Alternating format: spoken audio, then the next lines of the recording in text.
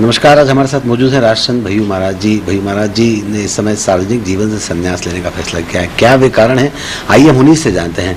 स्वागत है महाराज जी आपका हमारे इस कार्यक्रम में। क्या एकदम क्या ऐसी परिस्थितियां निर्मित हो गई जिसने आपको मजबूर कर दिया चीजों के लिए? सबसे पहले मैं आपके माध्यम से इतना कहना चाहता हूं कि संन्यास मात्र वस्त्रों के आधार पर नहीं होता। संन्यास मन, वचन और कर्म से होता है। जिस दिन भौतिकवादिता हम पर प्रभाव डालना बंद कर देती है और नैतिकता और मूल्याधिष्ठ जीवन जीने का हम जब संकल्प लेकर उसको आचरण में लाते हैं तो उसको संपूर्ण विरक्ति बोला जाता है। और वो विरक्ति का जो शाब्दिक अभिव्यक्ति है वो है संन्यास। पहली बात। दूसरी बात यह है कि मैं चाहता हूं कि पहले हम अशिक्षित रहकर गुलाम रहे। आज हमारे को आकर्षण के वलय में बांधकर गुलाम किया जा रहा है। समाज की परिस्थिति तो कोई सुधरती नहीं है। एक छोटा सा विचार है कि जिस तरीके से स्वतंत्रता मिलने के बाद में हमारे देश में धार्मिक आयोजनों की बाढ़ सी आई, धार्मिकता बढ़ी, जो सामाजिक संगठन बढ़े, जातिगत संगठन बढ़े, ये सब अगर बढ़ भी रहे हैं तो क्या समाज की ग्लानि दूर हुई? क्या विकृति दूर हुई है? क्या व्यभिचार दूर हुआ है? क्या भ्रष्टाचार कम हुआ है?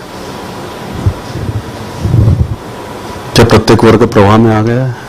क्या प्रत्येक वर्ग के साथ न्याय मिला है? समता और समरसता के माध्यम से सबको समानता का अधिकार प्राप्त हुआ है? मेरा मानना यह है कि हम सरकार या राजनीतिज्ञों को क्यों दोष दें? राजनीति की तो उत्पत्ति धर्म से होती है। धर्म सिद्धांतों के रक्षण करने के लिए जो अर्थ का नियोजन किया जाता है उसके नीति को राजनीति कहा जाता है।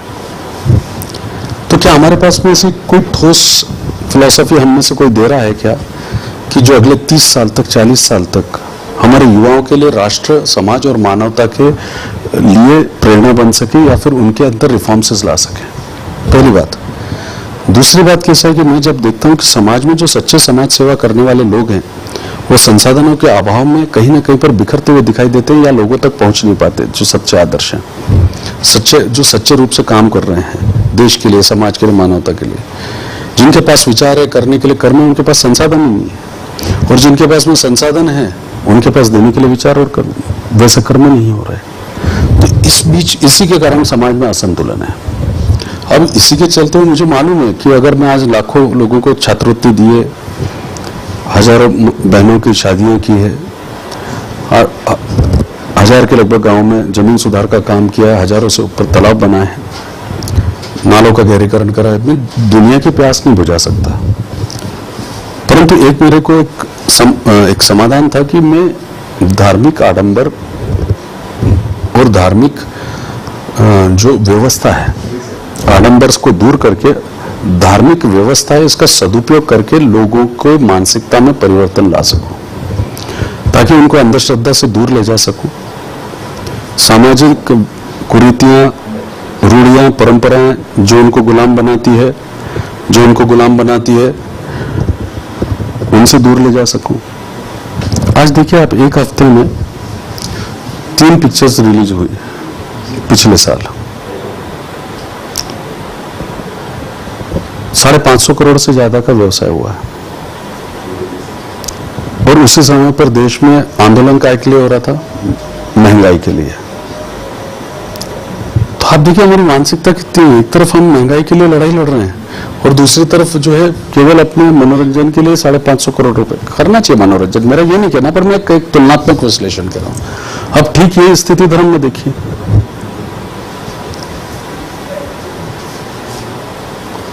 ये स्थिति आप धर्म में देखिए कि धर्म की जो व्यवस्था है, धर्म की जो अवस्था है और धर्म की जो स्थितियां हैं, धर्म तो ये सदाचरण है। आचरण परमो धर्म का माध्यम है, आचरण का श्रेष्ठ सिद्धांत है। तो तो धर्म का कार्य है अंतिम पंक्ति के व्यक्ति को प्रवाह में लाकर उसके साथ उसको सम्मान देते हुए जो समाज की असमानताएं उसको दूर करें। श्री राम का धर्म क्या था? राम राज्य किसे बोला जाए फिर? श्री कृष्ण का धर्म क्या था? पुरुषार्थ कर्म, माता भी संभालो पिता भी संभालो, सबको प्रेम भी दो, गाय चराते हुए मित्रों को भी साथ में रखो, सहज जीवन जियो, सरल जीवन जियो, पर योगी की तरह जियो, सब में रहकर भी सबसे विरक्त रहो, ये हमारे भगवान बोलते हैं। तो फिर हम इन मोह माया और जाल में क्यों पड़े? पर सबसे बड़ी बात यह है कि जो मेरी कैपेसिटी थी, मेरे लिमिटेशंस थे और मेरे जो रिसोर्सेस थे वो पूरी तरीके से खत्म हो चुके हैं। और मैं आज इसलिए बोल रहा हूँ क्लियर स्पष्ट रूप से कि कल से कोई कहीं नहीं है। अब सबसे बड़ी दिक्कत क्या है कि अपन ने जैसे HIV बच्चे, मैं आपको बहुत प्रैक्टिकल उदाहरण दे रहा हूँ कि आज मेरे रिसोर्सेस खत्म हुए। अब यहाँ से इंसान जब अपने आप को छुपाने के लिए और झूठी प्रतिष्ठा के लिए जब जीना चालू करता है तो यहां से उसका पतन चालू हो जाता है।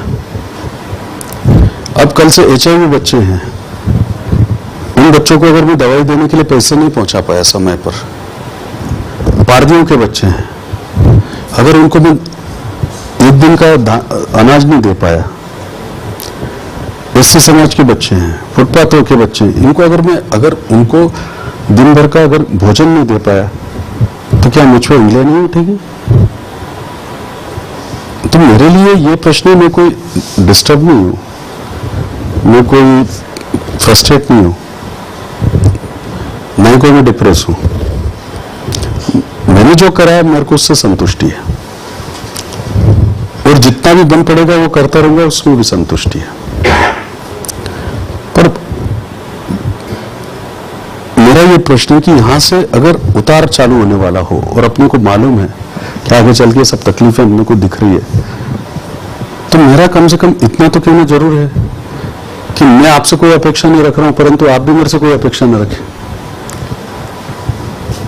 आपने कहा रिसोर्सेस मेरे कम हो गए हैं, आपने कहा कि मैं पारदी बच्चों को पढ़ाई के लिए पैसा कैसे दे पाऊंगा, कई सारे HIV जो बच्चे हैं उनके लिए शिक्षा की व्यवस्था नहीं कर पाऊंगा, तो क्या कोई फायदा है इसी से? हाँ, निश्चित तौर पर। और आपको चाहिए तो पासबुक और चेकबुक से आप तो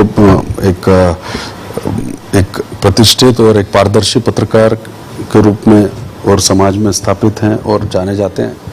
आपके शब्दों में और आपके वचनों में और कथनों में बहुत ताकत है। मेरा खुला चैलेंज है कि मेरे को प्रूव करके बताएं कि मेरी स्थिति कैसी। ना महाराज जी, हमारी बहुत सीधा कहना है। मैं जब आया तब मेरी प्रॉपर्टीज कितनी थी शुजालपुर में, आज मेरा शुजालपुर का घर आप खुद अपनी आंखों से जाकर देखिए। एक महाराज जिसके पास में लाखों करोड़ों अनुयायी हो, उसकी क्या अवस्था है।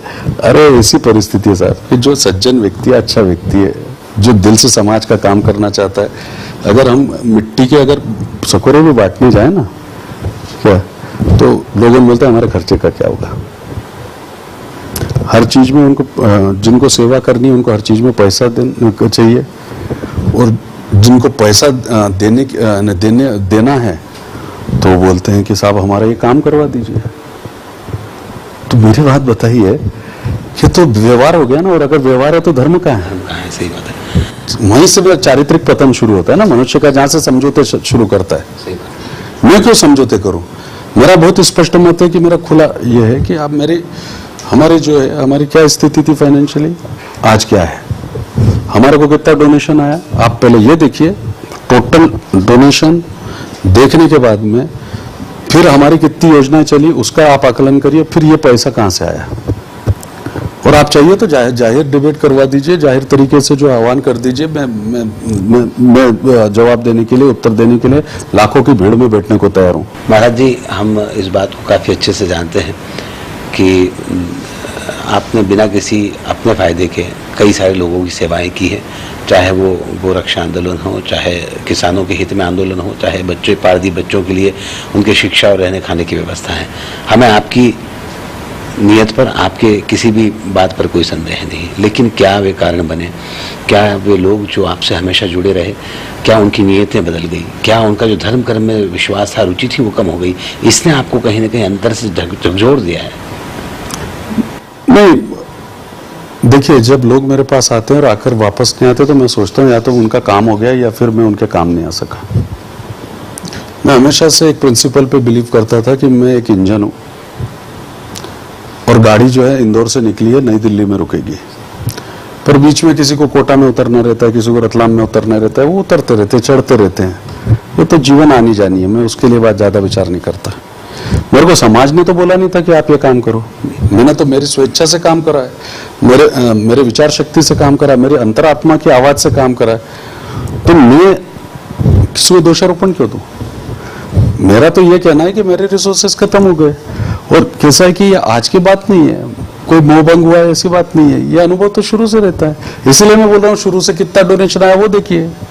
पर कैसा है कि उस समय तक हमारे संसाधन हम कहीं ना कहीं से जुटा रहे थे, चाहे व्यक्तिगत रूप से जुटा रहे हो, चाहे कुछ लड़ने की ताकत मेरे बच्चों में थी जो युवा हैं, तो उस तरीके से हम लड़े जब तक लड़ना चाहते थे और जितना लड़ सकते थे हम लड़े।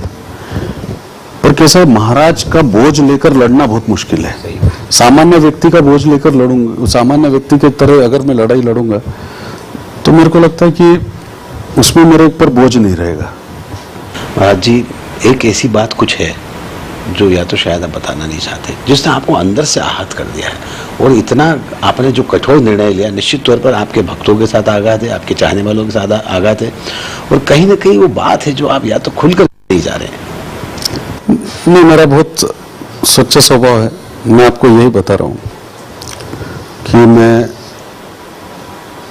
कोई बात छुपाता नहीं हूं। मेरे जो, और आप तो बंधुत्व है के नाते से भी मेरे से जुड़े हुए हैं, मैं आपसे एक पत्रकार के रूप में या फिर साक्षात्कार के रूप में नहीं बात कर रहा हूँ। एसआर से जो बात कर रहा हूँ मैं अंतरात्मा से बात कर रहा हूँ। तो मेरा तो बहुत सीधा सा सिद्धांत है कि यही वो सारी चीजें हैं बेसिकली। अभी जो ये सिस्टम है ना, और जिस तरीके से धर्म व्यवस्थाएं और जो ये सब चीजें चल रही है, इसमें कहीं ना कहीं पर मिसफिट महसूस कर रहा हूं मैं, एक असहज। देखिए, सर्विसेज कंडीशनल नहीं होना चाहिए, सर्विसेज विलिंगली होना चाहिए। अगर हमारे जैसे लोगों को कंडीशनल बनाया जाएगा तो सामान्य लोगों का क्या होगा? आप पूछ रहे मेरे से कि मेरे अंदर क्या टीस है, तो मेरे अंदर ये टीस है कि मैं इस जगह पर बैठकर, इस स्थान पर बैठकर सत्य बोलने की ताकत रखते हुए अगर ये कह रहा हूं कि आज मेरे जैसे व्यक्ति की ऐसी अवस्था हो सकती है, तो सामान्य व्यक्ति के क्या हाल होंगे? तो समाज को किस तरफ जाना चाहिए? समाज ने अपना दृष्टिकोण बदलना चाहिए, अच्छे बुरों की पहचान करना चाहिए, उनको ये पहचानना चाहिए कि समाज में कौन अच्छे कार्य कर रहा है। दान भी सुपात्र को देना चाहिए तो पुण्य मिलता है। ये नहीं बोलता भोजू महाराज को दो, आप सीधे जाकर काम करो, पर काम ऐसे करो कि जिसको हमारे को भी आत्मसंतुष्टि हो कि हमने इतना काम करने के बाद में कम से कम 50 लोगों की आंखें खोली। मानसिक गुलामिकता छोड़ दो। राष्ट्र, समाज और मानवता के लिए जो कोई कार्य नहीं करते हैं, जिनका कोई योगदान नहीं, महिमा मंडन करके स्वयं के अस्तित्व की रेखा खींचने का काम कर रहे हैं, और अस्तित्व की रेखा खींचने के साथ में मानसिक गुलामिकता बनाने का कार्य कर रहे हैं, उनसे किसी भी क्षेत्र के उनसे सावधान रहना चाहिए। पर सबसे बड़ी बात यह कि जब मेरे को लगता है कि अपन इतना बड़ा नाम लेकर चलते हैं, जो समाज बोल रहा है, जो प्रेम दिया, तो पीस ये है कि अपन एक काम करते हैं कि आप एसआर की तरफ से हमारे जितने भी मेरे चाहने वाले हैं व्यक्तिगत इनका सबका सम्मेलन बुलाया जाए और उनसे पूछिए कि क्या कंट्रीब्यूशन उन्होंने किया है। आप हमारे सारे ट्रस्टीजों का ले लीजिए इंटरव्यू, उन्होंने क्या 1 रुपए की मदद की है लाने में मदद। तो मेरा ये कहना है कि समाज काम में किसी को रुचि नहीं है। 1 रुपए का करेंगे, 1000 रुपए का दिखाएंगे, इसलिए समाज की समस्या खत्म नहीं होती। दूसरी बात क्या है कि प्रसिद्धि चाहिए, हर चीज के लिए प्रसिद्धि चाहिए। ऐसा नहीं, अच्छे काम करने वाले लोग हैं, पर वो लोग पहुंचेंगे कैसे? उनके पास संसाधन ही नहीं है। आज मैंने इतने कष्ट किए इस जगह पर पहुंचा हूं, इसलिए मैं ये बात कह पा रहा हूं, और जो सच्चे काम करने वाले हैं उनकी आवाज तक भी नहीं पहुंच पाती। गुरु जी, आपने कहा कि निश्चित तौर पर बात सही है, धार्मिक आयोजनों के नाम पर काफी फिजूल खर्ची होती है, चाहे वो सिंहस्थ का मसला ही क्यों ना हो। इतने रुपए वहां पर लगाए जा रहे हैं, इतने बड़े रूम बनाए जा रहे हैं, जितने वहां पर साधु बड़े महात्मा हैं वो मार्केटिंग के नाम पर काफी कर रहे हैं, क्या कहते हैं इसको लेकर आप? देखिए, सिंहस्थ एक आस्था का प्रतीक है, हमारे स्वाभिमान का, हमारे संस्कृति का, हमारे विचारधारा का और हमारे दर्शन का समागम है। एक श्रेष्ठतम, अनूठा, वैचारिक रूप से समाज निर्माण करने का जो संकल्प है वो सिंहस्थ या कुंभ बोला जाता है, कि जहां पर मंथन होता है धर्म के माध्यम से, धर्मगुरु के माध्यम से मंथन होता था कुंभ में, और मंथन करके अगले 12 साल तक समाज की दशा और दिशा क्या होनी चाहिए इस पर निर्धारण होता था, ताकि समाज की अवस्थाओं को सुधारा जा सके, समाज में व्याप्त जो भी असंतोष है या फिर असंतुलन है उसको दूर किया जा सके।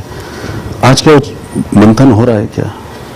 पर जब वैचारिक मंथन के लिए कुंभ है तो क्यों ना मेरा भी विचार उसमें समाविष्ट किया जाए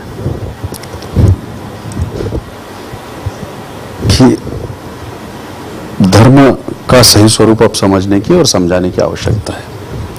मेरा बहुत सीधा सा सिद्धांत है कि मेरा ये कहना है कि मेरे इस त्याग से, मेरे इस संकल्प से अगर कुछ लोगों की समाज में आंखें खुल जाए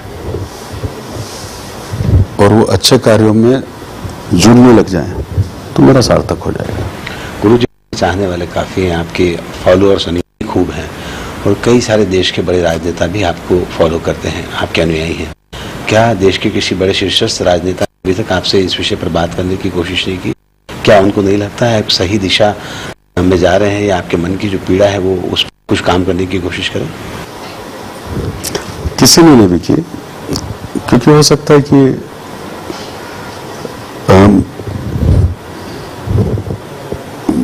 मेरी कोई आवश्यकता ना हो या फिर आज में किसी की जरूरत ना हो, तो आज तक तो अभी मेरे को किसी का फोन नहीं आया।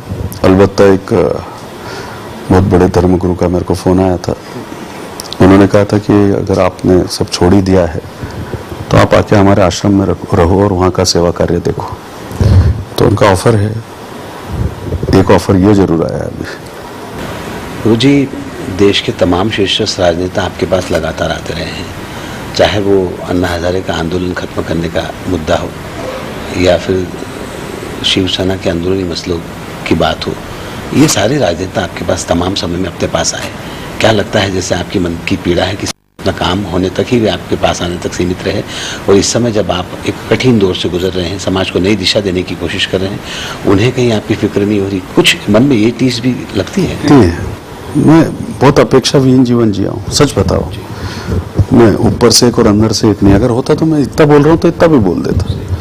मेरे को किसी से अपेक्षा ही नहीं है। मेरे को मालूम है मैं 1000 तालाब बना के लोगों की प्यास नहीं बुझा सकता, पर एक मॉडल्स में तैयार करके दिया है कि देखो दीज आर द थिंग्स, ये चैलेंजेस है हमारे सोसाइटी के सामने, इसको स्वीकारो, सुधार कर सकते हो तो कर लो। परंतु मेरे को मेरा एक स्पष्ट मत है कि मैंने उनके बारे में ज्यादा सोचा ही नहीं, और ना ही किसी ने मेरे से संपर्क किया।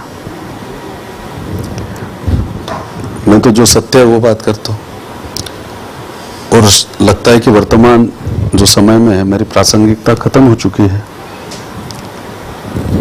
जिस तरीके से अभी आज मैं न्यूज में हूँ, 2 दिन तक इस चीज का महत्व रहेगा। जब तक नया मुद्दा नहीं आता, चर्चाएं होंगी, आपस में मशवरे होंगे, लोगों के तर्क वितर्क लगेंगे। 2 दिन बाद क्या कचरे के डब्बे में फेंक दिया गया एक बार कि फिर कौन पूछता, भले भैया महाराज जिंदा है कि कहाँ गया, ये कोई नहीं पूछता। अगर ये स्थिति, अगर हम ऐसे आदर्शों को अगर सहेज के रखते अच्छे लोगों को, तो आज मेरे जैसे व्यक्ति को ये निर्णय लेने की आवश्यकता नहीं होती। हम वल्लभ भाई पटेल का नाम तो लेते हैं, हम बाबू सुभाष चंद्र बोस का नाम लेते हैं, हम भगत सिंह का नाम लेते हैं, पर उनके विचारों पर कितना आचरण करते हैं ये मेरे को बताइए। अगर भगत सिंह समझा है, साईं बाबा समझा है, वल्लभ भाई पटेल अगर आपको समझे हैं, लाल बहादुर शास्त्री आपको समझे, भगवान श्री राम समझे, श्री कृष्ण आपने समझे, तो फिर समाज के लिए कितना कंट्रीब्यूशन किया है आपने? आप जब 5 लाख रुपए कमाते हो सोशल मीडिया पर, इस देश का युवा एक पैकेज के तहत मल्टीनेशनल कंपनी में जब 35 लाख रुपए कमाकर घर पे लाता है पैकेज का, मेरे को आप बताइए क्या 30 रुपए वो राष्ट्र समाज और मानवता के लिए खर्च करने को तैयार है? सुनील भाई साहब, आपको मैं डाटा देता हूँ, 48,000 लड़कों से आप ही संपर्क कर ले। मैंने प्राइवेट सेक्टर में, जब वो उनके घर में बहुत ज्यादा आजीविका का निर्वहन का समस्या थी, मैंने नौकरी पे लगा के दिया प्राइवेट सेक्टर में 48,000 बच्चे। ये कटु सत्य बोल रहा हूँ मैं समाज का। उनमें से एक बच्चे ने महीने का तो कभी कि गुरुजी मेरे को पहली तनख्वाह मिली, अच्छे काम में लगा दीजिए, आप अच्छे काम करते हैं, ये तो छोड़ दीजिए। पर उन्होंने पलटकर मेरे को फोन किया कि ये तो पूछिए, आज 23,000 बच्चों की शादियां की मेरे पास डाटा है, पर एक ने भी मेरा जीवन सुखी है या फिर मैं कैसी हूं ये कभी हमारे को पत्र द्वारा सूचित करा। 12 लाख बच्चों को छात्रवृत्ति बांटने के बाद में 12 लाख में से एक बच्चे ने बोला कि मेरा शिक्षण अच्छा चल रहा है। तो मुझे काफी दिन से यही लग रहा था जो आप टीज बोल रहे हो, कि मैं तो स्वार्थी लोगों के लिए जो इंस्ट्रूमेंट हूं। लोग अपने स्वार्थ के लिए और अपने काम के लिए मेरे पास में आ रहे हैं, बैठते हैं, चले जाते हैं। इनको विचारों से, इनको दर्शन से, फिलॉसफी से, समाज की उस वर्ग से, उस व्यवस्था से जो कि सबसे ज्यादा प्रभावित हो चुकी है, कोई लेना देना नहीं। तो क्यों किया जाए? अगर मिलना ही है तो फिर मेरे टर्म्स एंड कंडीशन पे अच्छे लोगों को मिलूंगा ना, उनको मार्गदर्शन दूंगा। 5 लाख कमजोर लोगों से मिलने से अच्छा है कि 50 मजबूत लोग तैयार करूं जो देश के लिए काम कर सके। गुरुजी, महाराष्ट्र में सूखे के क्षेत्र में आपने काफ़ी काम किया है, किसानों की दशा सुधारने के लिए काफ़ी काम किया है। जैसा पहले भी मैंने कहा कि एड्स पीड़ित बच्चों के लिए काम किया है और कई अन्य सारे बच्चों के लिए काम किया है। तो क्या फिर उनकी दशा दिशा या उनका क्या होगा, उसके बारे में आपने कोई सोचा है? तो देखिए, जरूरी नहीं कि आप महाराज बनकर ही काम करें जी। मैं उनको स्वावलंबी बनाने के लिए शायद उनके बीच जाके बैठूं, उनको जमीनी हकीकत समझाऊं, वास्तविकता समझाऊं, जीवन से कैसे लड़ा जाता है वो सिखाऊं। और फिर मेरा यह है कि भूमि माता बड़ी प्रेमी है। जब आप कुआं खोदने निकलते हैं तो थोड़ा पानी तो निकल ही जाता है, भले आधा घंटे का निकले। तो हो सकता है अभी हम 4 रोटी देते थे, अभी उनसे कहेंगे कि बेटा आधी रोटी में संघर्ष करो और हम तुम्हारे साथ में खड़े, लड़ाई लड़ो, बीच में से नहीं छोड़ना। मैंने बीच में से नहीं छोड़ी। मेरा जो व्रत वो व्रत है, मैं उस अपेक्षित समाज को जिसको मेरी जरूरत है और जो सच्चे रूप में जरूरत है उसको नहीं छोड़ रहा। मैं तो उन स्वार्थी लोगों को छोड़ रहा हूं जो शिष्यत्व का लबादा ओढ़ के आते हैं या किसी न किसी काम के लिए मेरे पास में आते हैं, एक्सप्लॉयटेशन के लिए। What they think I am a broker. इस देश में कोई आदमी तो ऐसा निकलना चाहिए जो अंदर से जो बोलता है और जो कहता है वो सच बोलता है और जो कहता है वो करता है। विश्वास खत्म हो रहा है लोगों का। ये नौटंकी या स्टंट ये कोई ड्रामा थोड़ी है। इतने बड़ी हाइट पर पहुंच के कोई आदमी ड्रामा नहीं करेगा इतने बड़े अपने करियर से खेलने के लिए। स्टंट नहीं करेगा, इसके लिए ताकत लगती है। क्या योजना है इसके बाद आप इस मस्त रहने की और लोगों को मस्त रखने की। जो मस्त नहीं रहते हैं, जो चिंता में आत्महत्या कर रहे हैं, उनको मैं बताऊंगा मैं भी तुम्हारे जैसा हूं, पर मैंने आत्महत्या नहीं की, चलो मिलकर लड़ेंगे। एक अच्छे मिशन की तरफ भाई महाराज ने कदम उठाया। हालांकि उनके फॉलोअर्स, मुझे पूरी उम्मीद है कि इस कदम पर उन्हें आगे बढ़ने नहीं देंगे। आप हमारे से बातचीत करने के लिए हमारे साथ जुड़े, इसके लिए धन्यवाद। धन्यवाद। हमारे इस बातचीत का कार्यक्रम में बस इतना ही। सुनील जोशी को दीजिए इजाजत। नमस्कार।